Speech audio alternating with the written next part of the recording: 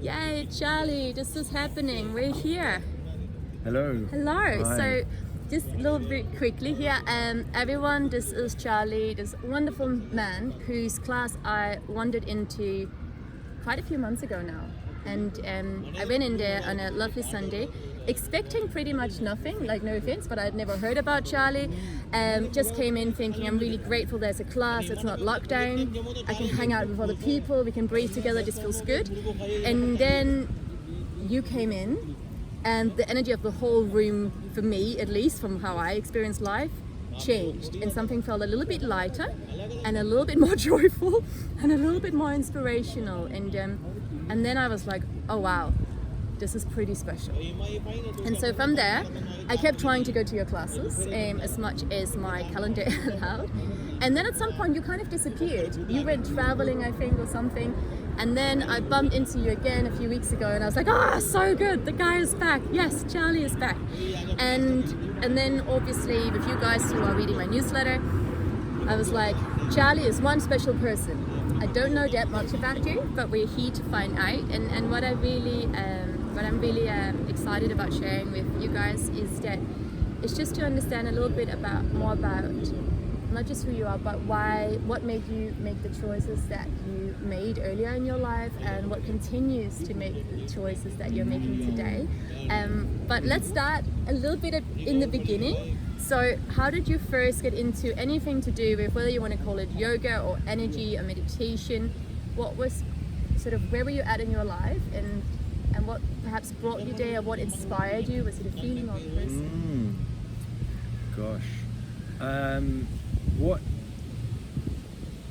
What was the catalyst for change was suffering, as I see a lot, and I was going back a little bit further, if we can. Please do. So from the age of 12, I was really trying to change the way I felt through drugs and drinking, and trying to change my internal experience, which was unsettled and not graceful and easy and joyful. And I felt that when I took a drug or took a drink, all that uneasiness disappeared, and this sort of light Charlie came out, and I thought, great, that's what we do. This is how in our society we find easiness and comfort and joy in our lives, because that's what everyone else was doing. And so I did that kind of practice in a way of changing the way that I feel through substances for about 10 years. And then I realized that this actually was not the solution. And what did I do after that? I basically gave up. I gave up everything. Didn't drink, I didn't drug. And then I was left with everything that I had been kind of avoiding for the last 10 years. And in our society, there's no one tells you how to manage yourself, manage your emotions. So I started inquiring into different practices, different techniques and paths, and just trying to find some level of comfortability, because I knew that this sort of like bubbly light Charlie that appeared after a few drinks, I wanted to be able to experience that without a few drinks. I wanted to be able to have that graceful, definitely not graceful, but that feeling of kind of gracefulness, like, like easy, everything's good, it doesn't matter, in my normal consciousness, in my normal state. So I started looking into meditation, and which I found really tricky, incredibly hard, and I didn't really understand, and no one really knew. Not that I really know now, but I have a better idea. And the most transformative thing was somebody suggested praying. And I was a massive atheist, slight agnostic, just to be safe. And I was like, well, what is praying going to do for me? There isn't a God, no one's going to be answering my prayers. And they said, yeah, maybe not, but what's the harm? Like, give it a go. And I gave it a go, and I had such a profound experience that transformed the rest of my life. Oh, yeah. Wow! Yeah. I remember you spoke about this in one of the first classes I ever did with you, and I remember also sitting there going like, I love the openness in the genuineness about you that you shared that, because not a lot of, and sorry, I'm just going to like stop your flow for a moment. Not a lot of like the average yoga teacher, especially not men, will sit there and go like, yeah, I'm into praying. Like most people are like, yeah, I can do a meditation and it's cool. But to actually sit there and go like, I kind of felt like I had exhausted all other options. So why not like, let's just try out this praying. And I remembered that so even though it had a profound experience for you in the moment of prayer and what was to come, I think for us in the room with you, when you shared that experience years later, it still had that profound effect, because I was sitting there going, fuck, that's amazing. It was, and especially because I really want to highlight that it is not seen in most places. I think when you just wander around different groups in London, it's a thing that you just talk about, like, it's really cool prayer yesterday, you know? Right? It's like you don't talk about it like that. And I loved it. You were just like, I prayed. Yeah. So what happened? Prayed. Yes. I prayed through gritted teeth to God that I didn't believe in, and still I had a profound experience. And I still don't know what happened that day, but things that I was dealing with or trying to battle with from that moment on disappeared in my life. Not from that moment, but from the next morning, I woke up and something had shifted, something had changed, and all the things that I had been struggling with had really begun to right-size themselves and really weren't so much of a big problem all of a sudden. And prior to that, I'd done like a lot of analyzing, I guess, and I'd gone through a process of writing down every single resentment I had, which was over 1,000, and then writing down what it is that I wanted in that situation, what it is that I did in that situation. What else did I write? What was the kind of truth around that situation, and what was the fear, and what was it that I would ideally have loved? What was my real intention for that situation? And so I was quite self-aware of the catalyst for like action in myself, why I did what I did, and coupled with that and prayer, just really had a massive shift in my life. And I started helping other people try and find similar sort of experience that I had through prayer and self-inquiry.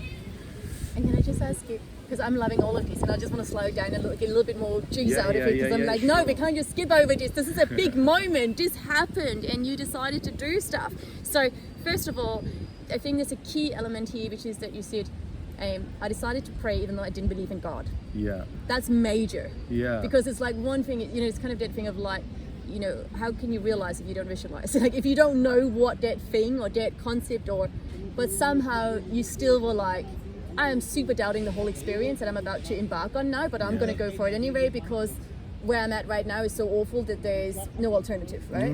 Which is what so many of us all around the world go through at different moments when we have those kind of like, you can call it awakening or realizations, or something shifts, usually not from a space of like, yeah, I'm just feeling so good and like, wow, I believe it better. It usually is from that space of complete despair. It was in my own life as well, which I'm not going to go into, but just going back to you. So you actually at that time were sort of pretty sure, like, not sure this God is even there, but just in case he is. Yeah, I was not even just in case he is. It was a moment of despair and surrender. Essentially, that's what really was the catalyst for change. It was like Charlie is putting his ideas to one side, yes, which I hadn't done ever before. Love that. And letting potentially an alternative understanding of reality unfold.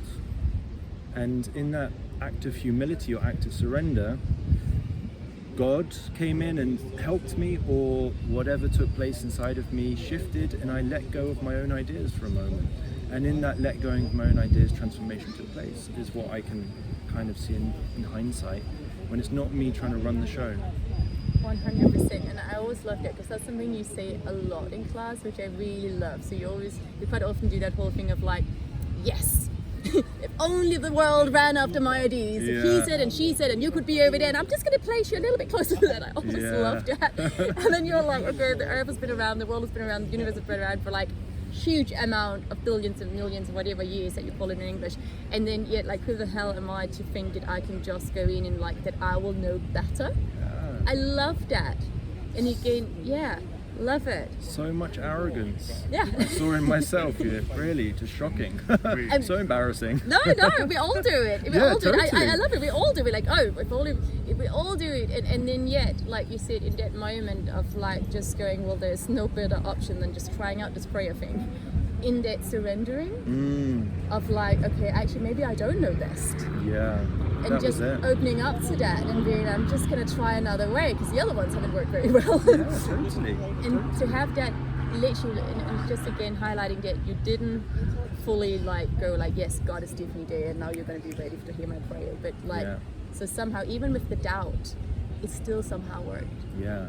So I really now believe it's the surrender, with or without doubt, it doesn't matter. Because you can have full faith and not be surrendered. But you can have no faith and surrender and it will work. In my experience, and it's not the same for everybody. I know that my experience was quite profound and not everyone has the same kind of thing, but I do believe that the more we surrender, the more grace we get. No, completely. And so let's move on, not move on, but let's continue from that spot. So you're waking up the next day, something has shifted, and then you said, then I started to help others, and you talked about helping them with prayers, and so in practical terms, because I'm a very practical person, how exactly did that work? As in, well, did you reach out to friends? Did you just grab hold of random people, lovely strangers on the street, going like, I have seen the light? Yeah. Well, I mean, it wasn't immediate. It wasn't the next day I started doing that, but sure. You know, over the course of time, I just found that the conversations I was having were more kind of like geared towards helping people and listening to people and trying to understand where they're coming from and seeing their point of view and understanding it from my point of view and seeing if, not that they should align with my point of view, but if they change their point of view, maybe they would find more freedom. And you know, this process of self-inquiry and this kind of writing down the resentments was also part of the thing I was trying to help people with. I loved it. So you said you wrote down all of your life resentments, and you even put a number on it. You said there were 1,000. Yeah, there was, well, I mean, more or less 1,000, yeah. But that's remarkable. Yeah. I love that you just kept going. Months. I'm sorry, I'm just laughing because it's like people talk about writing down gratitude. I know. Like, we're going to do resentments. We're going to start at day one. Everything I ever remember feeling resentful about. But that's beautiful, and it's such a gorgeous process of helping yourself release some of all of that and not just sort of mentally make sense of it, but on an energetic perspective. This is something I do a lot in my own practice, and I share with my clients. Like it's something my mom did with me since I was a kid. Like we write stuff down, and you don't even need to read it back. In my experience, it's just in the process of transferring that energy that was in here and felt really intense through the body, out through the arm, onto that piece of paper. A shift takes place. And you know, that's something that you know, like I've experienced myself and a lot of other people that I know have experienced, and so but I'm very inspired and also find it hilarious and lovable and everything else that you had 1,000 and you were like, this is it, if we're gonna do this, we're gonna do it thoroughly. Totally. I really thought, you know, if I'm gonna do it absolutely thoroughly. Yeah. If it was a little bit ambiguous, maybe it's resentment, maybe it's not, it went down. Yeah, exactly. If it was, I get that. Oh wow. Yeah. Okay. And in that process, so you write the resentment down, and then you write the kind of other side of it, which is like what I wanted, what I did, what was the fear, what was the truth of the situation. I kept seeing that really what I wanted was just to love everybody and be loved. But what I did was totally obscure to doing that, you know. It was like so counterproductive.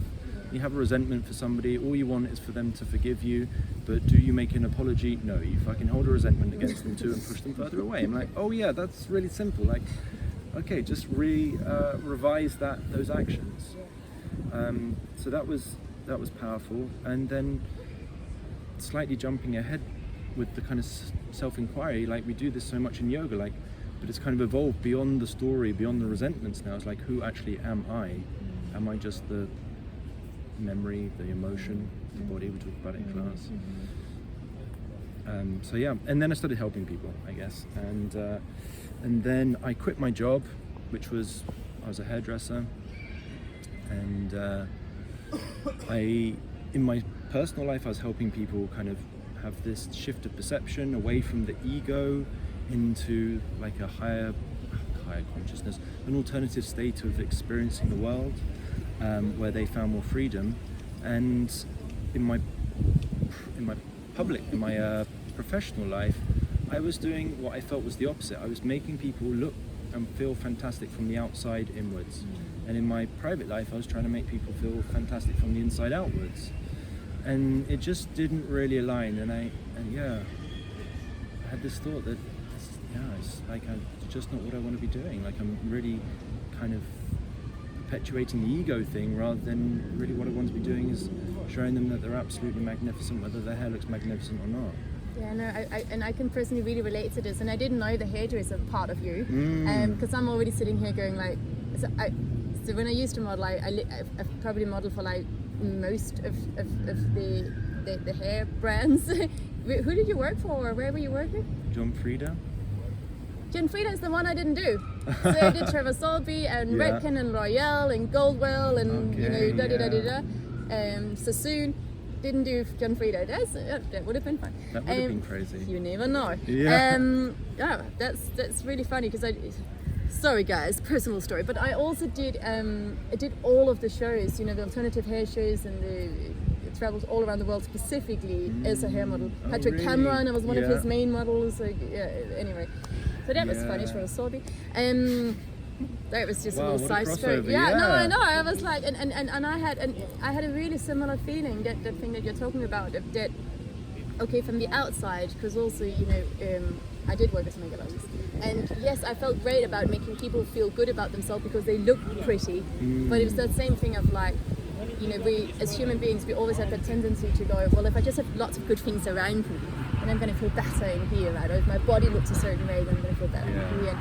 And I also felt that really deep sort of confliction of like, this is not for me the right way to go about it. This is not to say that it's not great being a hairdresser or makeup artist, but for me it wasn't a rounded experience enough, and so I really connect with just that side, that you were also a hairdresser and you were part of that sort of image or very physical appearance focused thing, which is good to have a good haircut, but wow. Yeah, and we also were doing the shows and going around the world and doing that sort of thing, and I thought that this is just my totally naive opinion on this, but I felt so tricky, because not only was I just making an individual feel better about themselves, we were sort of casting whole sways of fashion that everyone had to kind of keep up with to be accepted by their peers in society, and it really didn't begin to not sit so well with me.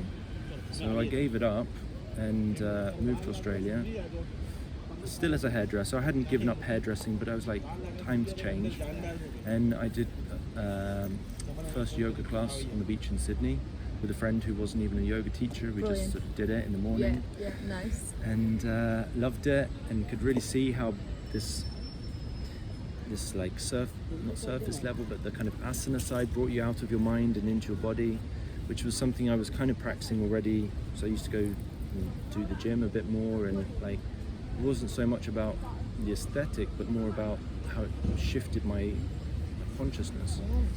And yoga was a much more holistic way of doing it, rather than lifting something heavy and then putting it back down again. And then this was like a more agile and I don't know, body, holistic way, really. And then I started going to more and more yoga classes and got involved in the kind of conscious scene, which was really fantastic at the time. I loved it. And started doing all these ecstatic dances and weird and wonderful, totally mad hippie shit, It was wonderful. Like really, this whole new world opened up, and that's when I quit hairdressing. I was like, nah. Came back to London, started working for a yoga clothing brand, and within a year of practicing yoga, I really realized it was a platform where I could share what had already been where I could share what I had already experienced, not just from a yogic point of view, but through the prayer and through the selfless service of helping others, and through the self-inquiry. So I did my yoga training after having done yoga for not even a year, and couldn't touch my toes, still can't touch my toes. Actually, and my back was incredibly bad. I have crazy back problems, and asana wasn't really the solution for that. And I booked to go to New York to do the training with Mukti.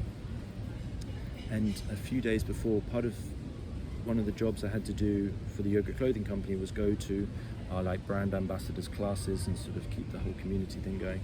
And it was a yoga class where we had to assist somebody else in their yoga pose. And I didn't assist them right, and I totally put my back out like 2 days before the training. So oh my god. Yeah. And by the way, yoga teacher training is like 4 weeks, or how long? Yeah, I think 4 weeks. Oh man, that's not the right time to put your back out. Not that there's ever a good time, but right then, well, it really wasn't. And so I turned up at the yoga training. I told them this is the situation. I said, come anyway. So I sat on the plane to New York, back brace on, and some sort of like weird cushion to like re-straighten my back. And for the first week or so I couldn't do any asana, and which was fine by me, because I really learned that asana for me isn't the solution to the situation. It is this wonderful tool of being able to show people, from my point of view, show people that you can move your consciousness. Consciousness can be manipulated and changed. You move from the mind into the body, and then when you come back into the mind, it sort of has a different outlook on life. Yeah. And this is a real great stepping stone along the path to being able to become a master of your own reality. And I had done a lot of thinking and pondering about this sort of stuff already, and realized this is how I see it. And Jivamukti, as you know, has quite the way I teach it anyway, has quite a lot of philosophical monologue throughout the class. I feel it's a dialogue, but maybe it's just a monologue. I feel like maybe they're responding to me somehow and I'm picking up, but I could just all be in my head. I'm sure it's a yeah, I feel it could be some sort of dialogue. Yeah. I just wanted to be able to share more with more people, and I realized, being a yoga teacher, there was a room of semi-susceptible people to having a shift in perception. So yeah, I just got back from my yoga training, started working for a few different companies in like the conscious community. I don't really like that word. I was working for some sober raves. I set up a yoga festival and a yoga nightclub type thing, and quit my job at the clothing company and just set on my path as a yoga teacher, and haven't really looked back. Wow. Okay, so much in there. Okay, so going back from you're sitting there, you're praying with all your heart and all your might because things are not good. Got you. And then with no expectations of it actually working, but just having like, well, there's not really another option, so here we go. And then somehow the next day being like, something has shifted, and then naturally starting to help others, and then ending up, you're in this fashion world and going like, actually this is not quite right for me, it doesn't feel right anymore, which I also totally relate to, because I, being in the modeling fashion world a little bit, I would be there with my essential oils, and I'd be like doing talking therapy to someone and doing breath guidance for another, and then I'll go to the director and like massaging them like to relax and release. And I also remember I don't know if you know this guy, there's a singer called Elvis Costello. I was on tour with them, and I didn't know who he was when he called me, which is quite hilarious. People always laugh at it. I called up my mum, I was like, there's this weird guy called, and seriously, wait for it, Elvis, and my mum was like, you beat him, call him back and say yes to the job. And so anyway, I was on tour with him. He was really sick, so I ended up doing this whole energy thing for him, and then similar to you, in the end I was like, hang on, like I'm actually not that excited about being on stage or in front of the camera or anything else that it takes people out of their everyday life for a bit, which is great. And for those of you that are in that world, if this is for your heart, that's beautiful. But for me, it definitely got to the point where I physically couldn't do it. I got sick. I mean, not sick to the point of, oh, now I'm in bed and really big stuff, but I really couldn't do it anymore. And I remember I was in Glastonbury, and it was at the end of a retreat. I was running there, and I was with one of my clients, who's now also a friend of mine, and I had this full-on meltdown of crying, thankfully away from lots of the other treaters, so I was okay. there was just this voice inside of me that was like, I cannot go back. Like, it was so clear. It was not like I'd sat there, like I mentioned to you, I'm not a big business plan person. I don't do it from a big, I don't know, like, and then this is going to happen and that. It was just a physical experience of the other me, or how it used to go, how my life used to be, can no longer be done. Like, this is no longer an option. And you know, you just sound so similar to that experience you had with the whole praying thing. Yeah. And then you started helping people, and then the yoga on the beach in Australia, which sounds amazing. Yeah, it was. Yeah, spectacular. Can I ask you, do you remember a feeling before you decided, I'm going to leave the hairdressing thing and I'm going to go to Australia, or like my current hairdressing job? So, okay, yeah. Do I remember the feeling? Yeah. And do you remember a specific experience when you were like, this is what was happening, and then I decided, okay, I'm going to go to Australia? Like, I guess an opportunity arose for you to go to Australia. Well, I had just... I had realised that everything that society had promised me about getting a good job and earning lots of money and being in a prestigious position wasn't the solution to my problems. Yeah. And I thought, fuck it, I'm going to go off and just have a good time in Australia then. Yeah. If happiness doesn't come from like everything that society has told us, then like there's got to be another way, right? The same way there's got to be another way that you were like, fuck it, I'm going to try praying. Yeah. Right? And that kind of worked out well. So then it's like, okay, well, gotta try going to Australia. I loved it because I absolutely love traveling, and I've always felt the same day. Some days you just feel this call, like I have to go here. And whenever, in my opinion, whenever you followed it without too much doubt and too much researching, usually like good things happen. Yeah. So you were in Australia. I just want to go a little more deeper. You're with your friend and you're on that beach and you're having this experience of like, okay, something is shifting. The first experience of, I guess, of yoga asana, right? So yoga flow or movement of the body in shapes on the mat. And you're like, okay, I feel differently compared to how I first started out on the mat. Okay. Yeah. And then that's when you decided, kind of, a little seed was planted, let me go a bit deeper into this, let me see what this has to offer. Maybe there's some happiness, some contentment, some sense of peace to be felt here. Well, I really was curious, because my friend who taught me on the beach wasn't a yoga teacher, and I was really curious to see what yoga could teach me or develop me spiritually. And from the first class I went to, I made my decision, basically. The first proper class, I was like, yeah, this is what I want to do, because, as I said, it sort of opens up this platform for people to ponder some of the more mystical, spiritual side of life, to see their thoughts rather than be their thoughts, and to show them that it isn't just one way. 100%. Yeah. 100%. I 100% agree with that. There's never just a one route. It's never an ABC. Life is not an ABC, right? Yeah. You know, it happens across many spaces and places, and our own way to having those moments of going like, fuck it, there's no other way, I'm going to try this thing. That can happen for anyone at any time, right? Yeah. And a key word that you mentioned earlier in our talk was surrender, which I know is that, you know, we're all kind of going to be like, yes, I'm just going to surrender and then everything's going to be great. And I know it's so not the way, but I think something to really take away from this talk that we've had today is really that moment of being open to whatever life brings you, and to inquire within and ask ourselves, you know, what am I feeling? What is this teaching me? How can I best support the journey? Yeah. And you know, whatever comes from that and whatever inspiration you might have felt, because I think this is really the key with doing these little interviews, my lovelies, which is that you, another great example, Leanne last week as well, is like myself as well, and Jay, who we're going to have in a few weeks. It's like none of us woke up from day one on life and we were like, so this is how life's going to pan out, and as long as I stick to the plan, everything's going to be good and I'm going to be happy and well, right? That's not life. But that whatever you're going through at any time, essentially miracles can happen, even if they come, and usually they do, from periods of despair, pain, challenges. Okay, so I've just wrapped up a little bit. So where are you at now, Charlie Kelly? Yeah, where am I at now is... Because you're still away a lot, so there's lots of traveling at the moment, right? Finding you is a wonderful mystical experience. At the moment, I think it's tri-yoga, is that right? Well, I'm covering at tri-yoga, but only sporadically. Yeah. Yes, this year's had plenty of travels, plenty of excitement. It's in India on retreats, and then went to Sicily to do some studying. I've been back now in Croatia and Portugal, and loads.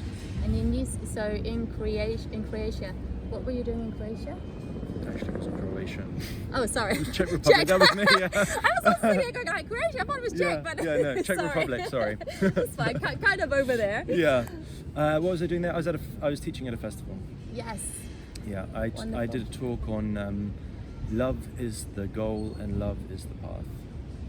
And this is where we have to go to now. Love. This is all. So I forgot to mention this again. This is a really, really strong thing, because again, I didn't know. So you say a lot of beautiful things in your class, of course, but energetically, the main thing that I always picked up on is this, for me, what feels like a really genuine sense of love that you, and I call it channel. I don't know if you're even conscious. I know that you are, like all other human beings, trying to do this and that and the good stuff and all of that, but you kind of, for me, it feels like it is very much connected, that really is your path. And then later on I discovered that you are actually a Bhakti yogi, right? Yeah. So will you explain a little bit about that? About Bhakti? Bhakti, yes, please. Well, Bhakti is I can't believe we missed out on that. I know, this right? is like the whole point, we're here. Yes. Okay, well, Bhakti is the easiest, the fastest, and the sweetest yoga. And I can say that with such conviction because when I had that sort of troubling time and did the prayer, that was one of the main practices of Bhakti Yoga is full surrender to a power that is greater than yourself. Wow. And that practice of surrendering to what I call God, the thing that created everything, the thing that I can't comprehend with my finite mind, but can seem to get a taste of through the heart, but not through the mind, is surrendering to that and allowing that love that is already inside to be freed by being in surrender to God. Because the mind, the ego, gets so caught up in I need to control and manage and manipulate, and in very specific circumstances I will open up to love. Yeah. And in the practice of Bhakti, we try to transcend the ego, transcend the story, and just love anyway, because we are fully supported by God, by the divine unfolding. So there's nothing to be scared of. The ego only operates from fear. It doesn't operate from love. And so you have this like polarity between love and fear, or love and faith, fear and faith. Is that right? Love and fear and faith. So it's like those two are kind of polarities from each other. And I crudely say you're operating from one or the other. And for sure there's lots of grey, but when you really boil it down, you're either one side or the other side of the line. And as a bhakta, we surrender our preconceived ideas to the divine, having full faith that if we move forwards with an open, loving heart, we will be guided continually in the right direction and looked after and provided for. And it's not how the ego thinks Charlie should be provided for. It's right, we have our ideas about this. And really thank goodness, because so many magical, mystical, magnificent opportunities have arisen by me not following my ego and following faith.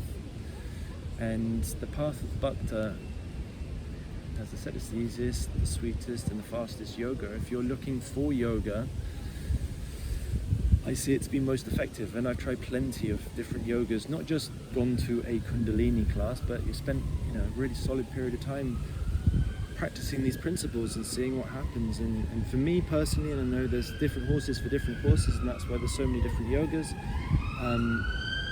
Bhakti gets you there faster. Rocket thinks they do, but they don't even know where they're going. You ask them, are you going there fast, but where are you going? They go, Bhakti gets you to yoga faster, gets you to a state of being where nothing's missing, unification with the universe. Right. Yes. So beautiful. And this is really like, and this was again, I have done zero research on Bhakti. I know it's heart-based. I do not know anything else about it.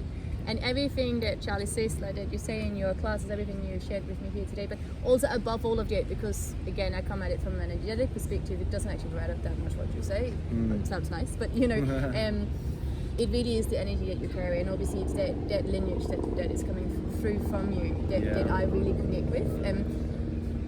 And actually, I just want to, if you've still got the time, still got a little bit more time. Yeah. Okay. I would like to speak a little bit more about that, because again, that is something that very few yoga teachers, in at least in the classes I go to around London, really speak openly about, and I think it's something that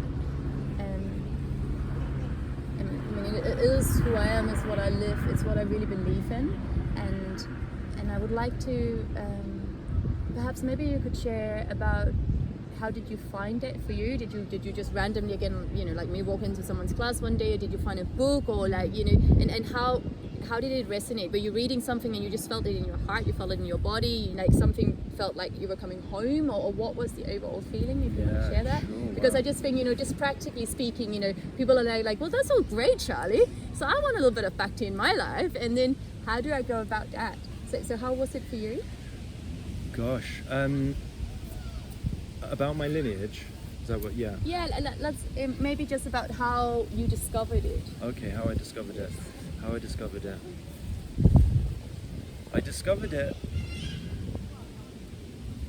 through not exactly the lineage, but this led me to the lineage, through Eckhart Tolle in the book called The Power of Now. Yes, I love that, yes. Which was a big catalyst for change at the beginning, and he talks about this kind of stillness behind the mind and the emotions, and then I think I was watching loads of stuff of his on YouTube, and then there was this one with him and a guy called Ram Dass, who I hadn't really heard of, I hadn't really heard of, and then I started listening to a lot of what he was saying, and he had this sweetness and this loving, godly, like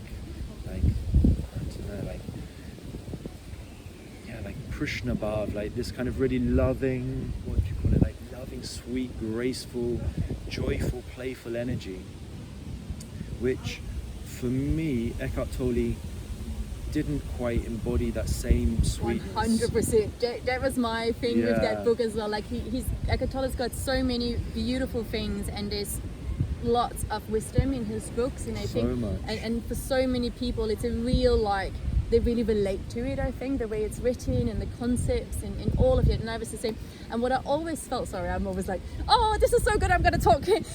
What I always felt when I was reading Power of Now is that it was quite heavy. There was a gravity, and there was, I don't know, I felt a lot of pain in it. And that's not to say, and I also know that obviously he's gone through a lot of pain, and we all do as humans, but that was definitely something where I was like, oh, where's the sweetness? Where's the honey? Where's the nectar? Because it's, you know, we have both, right, in life, and that was the part where I was a little like, oh, okay, really good stuff, Eckhart. Gonna go over here now. Yeah, totally. And so Baba Ram Dass has really been one of the most influential teachers in my life, and he comes from the lineage from Neem Karoli Baba, and another famous kind of yogi, Krishna Das, who does a lot of the chanting stuff, and he just really spurred me on into this inquisitive nature of the stillness. And is it just total stillness like it is in Eckhart Tolle? And he says no, it's like absolutely like overwhelming love. And I just so resonated with that so much more. Yes, there's stillness, and in the stillness I feel you can feel the love. So I just really dived into everything he had to say and do. And then I was teaching at a festival in Bulgaria, and I met this guy called Govindas, who runs a yoga studio in Santa Monica, I think, in LA, called the Bhakti Yoga, and I went to his class and I fell in love. I totally and utterly fell in love with him. He made me cry every class with his overwhelming sweetness to the yogic practice, and I was I don't really get giddy, like I really don't. Like I'm not starstruck at all, ever really. And but anyway, this, you know, I was like, oh my God, like he's coming. And they're like, Charlie, go speak to him. I'm like, oh no, I can't. Anyway, I did end up going to speak to him, and I said, like, thank you so much for everything you're saying and doing, and we have nothing like this in London. Could you come? And he looked at me and he slapped me on the arm harder than I probably would have wanted. He said, well, that's your job then. And then so I set up this company and started bringing more kirtan and bhakti to the London scene, and that sort of spreads and yeah, no, just trying to bring the bhakti back into yoga, which I can't believe I'm saying, because really bhakti is the essence of all of it, is to find the love and the divine unfolding in every single moment. And we get so caught up in the physicality of it and the sort of mental gymnastics and cognition, which is useful, but we're doing it to reach bhakti. Exactly, absolutely, that ultimate state of abundant, ever-flowing eternal love. Yeah, exactly. Yeah, no, I completely agree. I could just stay here in that's beautiful, but let's also make sure, so you've continue to bring this to London, so that means right now, if people would like to experience one of your amazing classes or retreats, events, whatever you run, where can they find you? Is there a way to find Charlie Carey? Or do we have to surrender? I fully promote surrendering. Before anything, surrender. Before anything, surrender. Humble.yoga is the company that I do some retreats through. Yeah. Okay, wonderful. Humble.yoga. And that is the only place there's anything about me online, I think. And that's absolutely wonderful, because again, coming from an energetic perspective, people will have been in touch with you today through this video, so things are already starting to shift, not just on a mental level but on an energetic level. So I'm super grateful that you decided to take this time out to share this energy that you are not challenging but channeling, and also even the same way that me coming to your classes, I know that I'm bringing a little bit of that with me to everyone else that I'm coming to contact with. So, you know, it's already happening, it's all good. But yeah, like on that practical perspective, you do run retreats. You don't have any more this year, right? No more this year. You did quite a lot this year already. Well, we've done plenty this year, yeah. But no more this year, no more retreats. There's potential. I've been doing a training over 3 weekends towards the end of the year. Yeah. For everybody, not just yoga teachers. Wonderful. And that is on the philosophies of yoga. Yes. With a bhakti undercurrent. Supported by an undercurrent of eternal, unconditional, abundant love. Yeah. Exactly. And reading the whole of the scriptures through this lens, and highlighting where the sages of the past emphasized what things, and how much we put emphasis on those, and how much we emphasize things that they didn't necessarily emphasize so much. And is it because we think we know better? Is it because we're not taught the kind of lineage, or is it because we just don't know? So it's really exploring. It will be incredibly enriching for people who are inquisitive to know a little bit more about philosophy, and also how to practice yoga in the other 23 hours of their day. I love that, and I think that's also something that I love about coming to your classes, which is not just that you always present a beautiful suggestion, but that you always present it in that way, that you always go question it from all angles, and check it out for yourself. You know, that, you know, empowering people to go, okay, I'm going to give you a buffet of different tools and different solutions and different paths and ways of being, and choose what resonates with you, because, you know, you will only listen to what you're ready for listening for right here, right now, and that's all good, you know. And this is another thing that strongly resonates with me. It really is just, you know, so you call your website humble.yoga, humble.yoga, and that is really what I resonate with when I'm with you. It's never just, there's this extreme, genuine, loving energy about you, in this humbleness, and I think it's something that is so special. And so Yeah. So my lovelies, I think this is going to conclude our wonderful session, but do go in and check out Charlie, and we will perhaps have a training this year if all be well, and otherwise I'm sure there's going to be lots of gorgeous things next year. If you have any specific questions that we didn't cover, send me a mail and I will see if Charlie will be up for just sending a little word back or something. But thank you so much for your time. Wow! Thank you so much for watching. Yes. Thank you. Okay.